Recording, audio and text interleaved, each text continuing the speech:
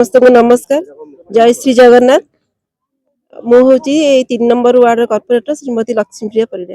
हमर चाहा खटी रे जो अभियोग जो चर्चा एटा हमर आज द्वितीय थर पे करा जाउची। आसंता काल ठु एटा आरंभ करा जायची।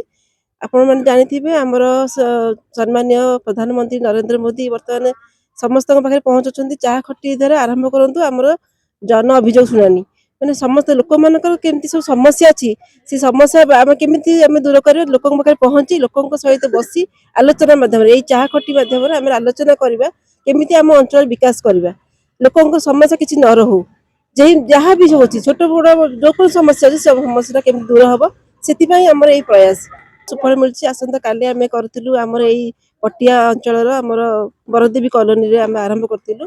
सेठी भी हमर 20-25 जनक भीतर आरंभ करथिलु। धीरे धीरे लोक संख्या बढ़िला बढ़ी के हमर 30-40% लोक संख्या जाइछन्ती।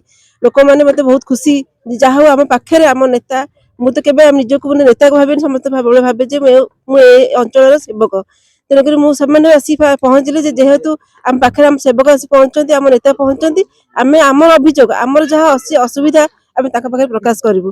तेणु बहुत बहुत खुशी लगे काली बहुत सुफल मिली भल भाव कार्यक्रम कार्यक्रम चाहा खटी कार्यक्रम यही कार्यक्रम द्वारा आम लोक समस्या सहित आम अंचल जो छोट मोट समस्या अच्छी दूर करने प्रतिश्रुति देचु।